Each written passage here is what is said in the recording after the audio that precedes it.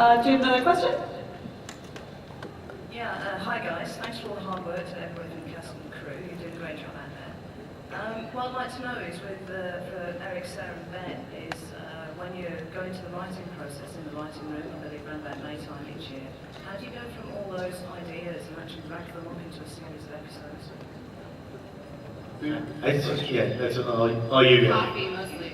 I'm mostly in a hot tub, so swinging dome hair, you know, and I'm like, what have you? I don't hear typing. So, wow. It's kind of like American Idol. It's just the strongest ideas win. We start out with a lot of ideas we're in love with, and if they survive and they continue to make the cut, they end up on the TV screen. But we're just working really hard on the ideas. They have to survive our frustration with them and with each other and the long hours. And it's not pretty in there. It's not pretty. The smell is familiar but unpleasant. Thank you, that's a really good question. Next one? Hi, so at the beginning of the season when we first were introduced to the concept of angels and religion into the mythology, then a bunch of my friends of mine were worried about where it was going, but you guys took it and did such an amazing job telling such great stories with it. But the question is, on the other side of it, have you received any backlash about the way you use the themes of angels? And can you speak to how that might fuel the stories that you continue to tell? I mean, I don't know. Yeah, I was going to say Surprisingly little. surprisingly little was exactly the words I was going to use. I mean, every so often you see like an individual on a fan site saying, you know, I don't love the depiction of angels, or I don't love the idea of disloyal angels, or angels that mean ill will to mankind. But almost We have individuals. to attract the interest of a special interest group, actually. I think maybe they sense that our intention is not to piss anyone off. I mean, we don't have an agenda. We don't have an agenda to criticize any one religion. We don't have an agenda to push any one religion. I think many people on the writing staff are quite agnostic, actually, and we were raised in various religions or no religion at all. And we come to this with a lot of curiosity, and we just want to tell the best story that we can tell and make life very difficult for our main characters. So we're just looking at it as a really fascinating story that has, you know, entranced people for millennia, basically. And I think because we mean no one any ill will so far, maybe we have escaped it, although this might be very bad luck to talk about. No, I mean, look, there's no doubt. I mean, sometimes we laugh when we pitch a story and we're like, well, that's sacrilegious. But these are questions. We are not the first people to be asking questions about God's will and you know, why does benevolent God let terrible things happen, and that's certainly not new provocative material. That's been around for a long time, and we just happen to be asking it in our little horror show on the CW. So no, we actually haven't, and we've actually heard that some we have, again, all anecdotally, but like one of our writers, his father is good friends with a priest, and this particular priest loves the show, and it's just really because you can count on one hand the amount of television shows that head-on talk about Book of Revelation, and I think they're just really interested that there's even a show out there that's even dealing with some of this subject matter. It's not perfect, but I'll take it. Right, exactly. Right. Well, but no, you're taking these ideas seriously. Yeah. And I think that's really what powers a lot of the most powerful stories, is that, yes, it's, the format of the show is these brothers hunting and whatnot, but there's really deep underlying things, and I think the idea of a search for meaning, and that's what really religion is a search for meaning and connection, and I think the show is actually taking that seriously on its own terms. I'm sorry, I realized. No, thank you very much. It's very nice. Thank you. Good try. Eric is actually using the show as a platform to start a religion. Right. Oh man, I am gonna L. Ron Hubbard this shit. Oh man, that is a great idea. It all makes sense now. Way better money than syndication. Oh my god. Cryptology. I'm going to audit everybody after. Right, it's true. You got a question?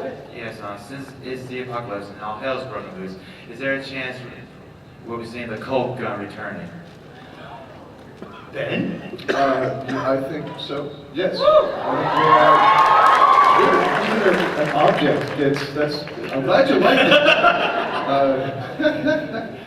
Yeah, I mean it's certainly the rumor and the myth and the legend of the cult does not die, and yeah, it'll nose itself around.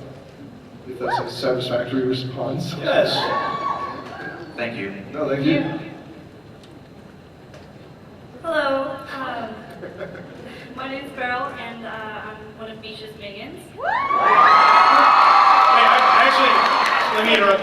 By applause, how many people in this room follow Misha's Twitter? Wow.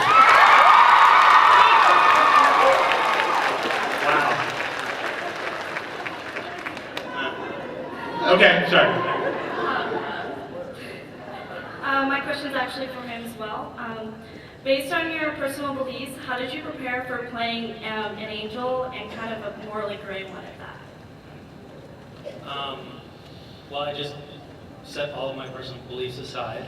No, actually, it's been a really interesting role to play. Eric, when I went in to audition, he said the first sort of bit of direction I got was he hasn't been walking amongst human beings for 2,000 years, so these humans are strange, somewhat alien beings to him, and he has a curiosity about humanity, and that's been a fascinating thing to explore, because the question that you're then forced to ask is, what does it mean to be a human? And not many roles allow you to explore that so in depth. So that was an answer that didn't really answer your question, but it seemed substantive. I'll take it. Thank you. Hi, my question is for Kirky and the writers. I just wanted to know about the meta episode. What made you decide to do that? Which was awesome. Oh. Were you worried about being such a local portion of the fandom? Was there anything that you thought too far? No, we just love navel gazing. It was Nancy Weiner, who is our writer's assistant. It was her idea, totally. It didn't come from any of our heads. She showed up one day and wanted to do a Stranger Than Fiction episode in which Sam and Dean find out that they're characters in a book. And then we laughed and said, no, forget it, that's impossible. But it's just one of those stories that kept floating around, and then it was, and this is actually sort of how the writer process works, which is, so we have the idea and we kick it around and we say it's impossible and forget it, and then there's certain ideas you just can't shake. And then it was actually me going into Sarah's office and saying, yeah, but why is this guy writing this book, and is he one of the psychic kids, and I can't figure out why he would do it, and then she said, well, why don't you make him a prophet, which was Sarah's idea. And see, it was my idea to drink. It's like, what's your idea, Eric? Drink. So, and then it all of a sudden kind of snapped into focus because it tied into the mythology. But, we have a lot of fun sort of being self-deprecating. I think we're aware of our faults and the seams in our bunny costume as much as anybody, and so it's sort of fun to kind of poke fun at the show, and again, I have such a tempestuous, loving, conflicted relationship with the online fandom that I needed to, I also sort of was attracted to the possibility to also just kind of poke a little loving, very loving fun. Please don't hurt me.